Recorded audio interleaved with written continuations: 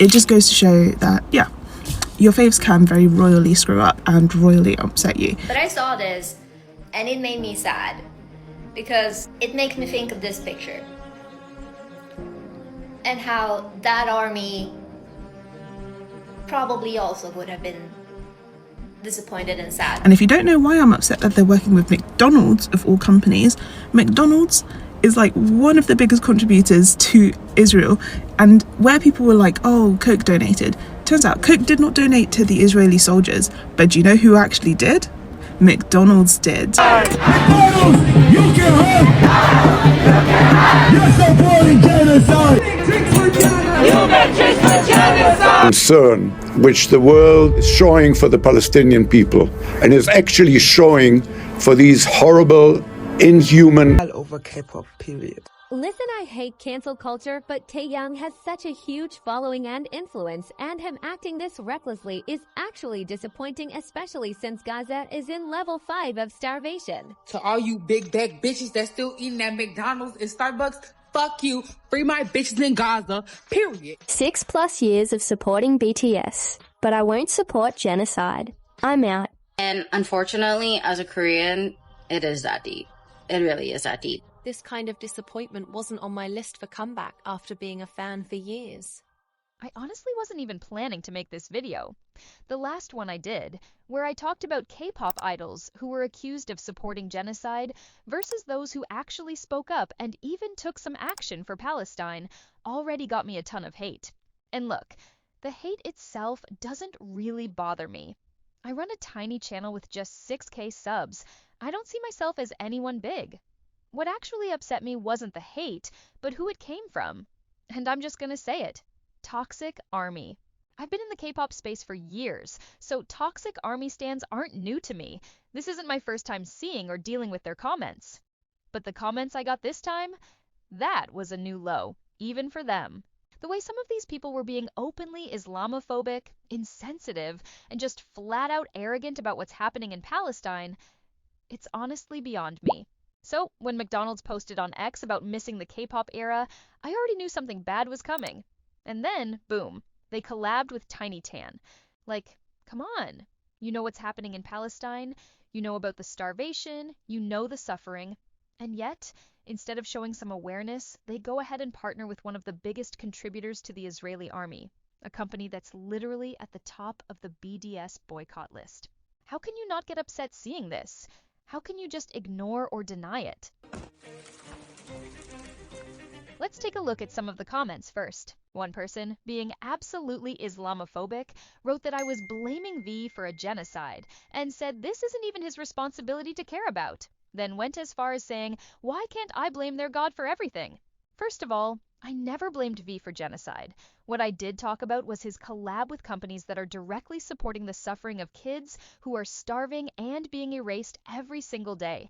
And yes, that makes him, along with other idols and even regular people who keep consuming these products on a daily basis, complicit in what's happening. We're talking about genocide here, but instead of addressing that, someone decided to turn it into religion bashing and throw hate toward Muslims, just because it's easier for them to deflect than to admit their idol made a bad choice. That's what it always comes down to, protecting idols at any cost. And I'm sorry, but BTS has been making some really questionable choices, and they absolutely should be held accountable and called out. Don't come at me with, but everyone else is doing it, so why is it only a problem when BTS does it? Well, here's the thing. Yes, it is a bigger deal when BTS does it, because BTS is big. They're a global group with a massive and diverse fandom. Anything they do is automatically going to make headlines, and that's not something anyone can control. Their brand goes way beyond music, and ARMYs love to brag about how their faves speak up on issues unlike other idols. But these collabs, they completely go against what BTS themselves have preached. BTS built a brand of being a group that cares, a group that speaks up about social issues. And then they go and partner with companies like this? It contradicts everything they claim to stand for. And honestly, all they had to do was say no. Neither BTS nor Hybe needed this collab. These idols have the star power to reject deals like this. They're not rookies who are desperate for exposure or money. So how can you not feel bad for Palestinian fans who now have to watch their faves endorse the very companies contributing to their pain? That brings me to my next point. The excuses. The mental gymnastics some fans are pulling to defend their faves is insane. First off, these fans don't want to actually educate themselves. They won't even take 2 minutes to read an article or watch a video explaining why boycotting is necessary and how these brands have publicly supported the Israeli army. Instead, they spread these shallow excuses that sound technical but are just plain misinformation. Like, I've seen people say McDonald's has nothing to do with Gaza. Let's just debunk this comment with facts, because I know many fans are going to repeat the things that are being said here. And the level of ignorance this person shows is crazy. First, this person wrote, "The boycott against McDonald's started because a franchise store in Israel offered free meals to its soldiers. This was done by the decision of the owner of that store and not a directive from McDonald's. The McDonald's as a franchise operation do not directly link the profits of its all location, so the boycotting your local McDonald's does nothing to the one located in Israel. McDonald's is not related to what's happening in Gaza at all. Saying you are boycotting a franchise is more performative than actually doing anything. If you really want to be effective, organize and contact your local politician." First of all, the McDonald's boycott didn't just come out of nowhere. It started back in 2023 when Omri Padden, the owner of McDonald's Israel, openly decided to support Israel's brutality in Gaza. He literally used McDonald's as a vehicle for his political beliefs that show the ugly side of Israeli society. Dirty, ruthless, brutal, inhumane, and honestly, disgusting. Of the blockade and keeping fuel out of Gaza. I just wonder if you think that that is really necessary. You know, I'm very puzzled by the constant concern which the world and also Britain, I must say, Mark, is showing for the Palestinian people and is actually showing for these horrible, inhuman animals. למיגור התוקפנות והרצח והרשע של הנאצים החדשים. Gaza won't return to what it was before. We will eliminate everything. We are fighting human animals and we are acting accordingly. עלו והצליחו, תכסחו אותם כמה שיותר, שלא להשאיר מהם זכר. שלא הם, לא אמא שלהם, לא הילדה שלהם, לא התינוקות שלהם. אסור להם לחיות לחיות הארץ. Meanwhile, while Palestinian children were starving, McDonald's was busy serving IDF soldiers Happy Meals. Now, this person is saying this was only the decision of the store owner, not the McDonald's corporation itself. And that's not true, because what McDonald's did after the boycott started was actually way worse. Once the boycott gained momentum, McDonald's lost billions in sales, especially in the Middle East, where the backlash hit the hardest. Affecting sales in the Middle East, Indonesia and France. And some countries including Kuwait, Malaysia and Pakistan issued statements distancing themselves from the company. So what did they do? Instead of distancing themselves, McDonald's doubled down. They bought back all 225 Israeli franchises, which means the man who originally started giving free meals to the IDF got even richer. And now, McDonald's directly owns and operates every franchise in Israel. That means every single shekel spent there goes straight into Israeli government tax revenue, the same government funding war crimes and the erasure of Palestinian people. So, let's be clear, McDonald's isn't neutral here. The brand is directly tied to the genocide in Gaza.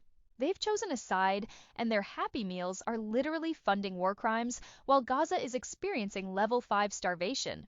That's why BDS put McDonald's on their boycott list. Now, people try to dismiss this, saying boycotting McDonald's is just performative. It doesn't really do anything. But that's just straight up ignorance. Like, what do you even mean by that? How is it performative when it's literally working? The boycott has already cost McDonald's billions, forced them to lose branches, and shaken their reputation worldwide.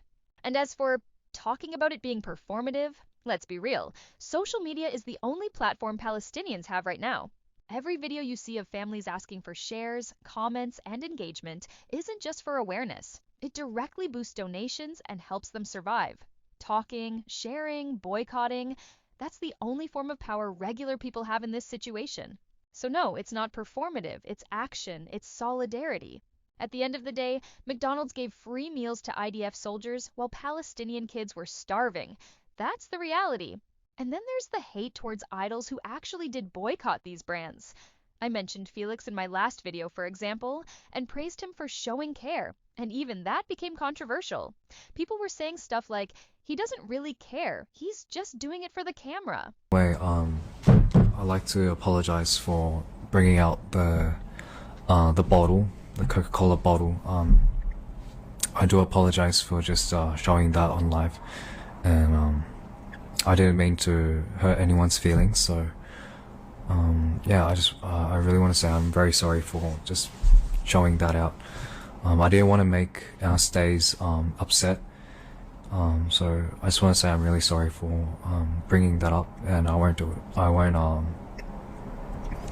yeah, next mukbang live, when I'm eating chicken or if I'm eating anything else, I won't do it. So I'm sorry for making everyone upset. Typing on a keyboard isn't going to save anyone's life, sure, but imagine being so bitter that you attack idols who are at least trying to show some support, just because it makes your fave look bad in comparison. That's pure jealousy. And it's fine to call out your favorite idols. You don't have to be sheep. I've actually seen a lot of ARMYs these past few weeks speaking up, calling BTS out, and even leaving the fandom after years because they're so disappointed. That's not hate. That's people asking for accountability. They aren't trying to cancel anybody, but what blows my mind is how some ignorant fans thinks it's a good thing when these people leave. They even celebrate it. Oh, there are going to be more concert tickets for us, calling it a fandom cleanse. No, you're wrong, because those are the fans who actually cared. And one day, you're gonna regret pushing them out. Also, I've also called out Lisa, Jennie, Somi, and plenty of others for some PF their questionable choices as well. But the group whose fans came for me the hardest was BTS. And I'm sorry, but that says something. Some of you really are part of the problem. And lastly, if someone says, this was Hybe's decision, not BTS, who are you trying to fool? BTS literally owns shares in Hybe, so they benefit either way, whether the decision comes from the company or the members themselves. Let's be real, they didn't need this collab in the first place. When are we going to understand that this isn't just about music or business? It's about money, and it's about making political choices in subtle, and honestly, not so subtle ways. And then we have people saying, why are you pushing K-pop idols into politics? Well, first of all, in the case of BTS, Baby, they are political. They built their brand on being the group that cares, the group that speaks up. And secondly, let's be real, everything is political. So I've been a fan of Bangtan for like 10 years, almost a whole ass decade. Y'all say that Bangtan songs is not political. It has always been political from the start. With everything that's going on in the world right now, I kind of understand why ARMYs are disappointed with the boys. You can call these things out if you see that the boys are not being sensitive as to what's going on in the world. It's fine to call them out. Like, y'all are fans, not sheep. Get it? Like, for those people getting mad at ARMYs for calling the boys out, I don't think you're a fan in the first place because you know what their music stands for. Like, it's simple enough, like, to stand for human rights, you know. It's not about your faves all the time. I think that's what making people leave K-pop. Y'all can unfollow me if y'all are upset with what I stand for.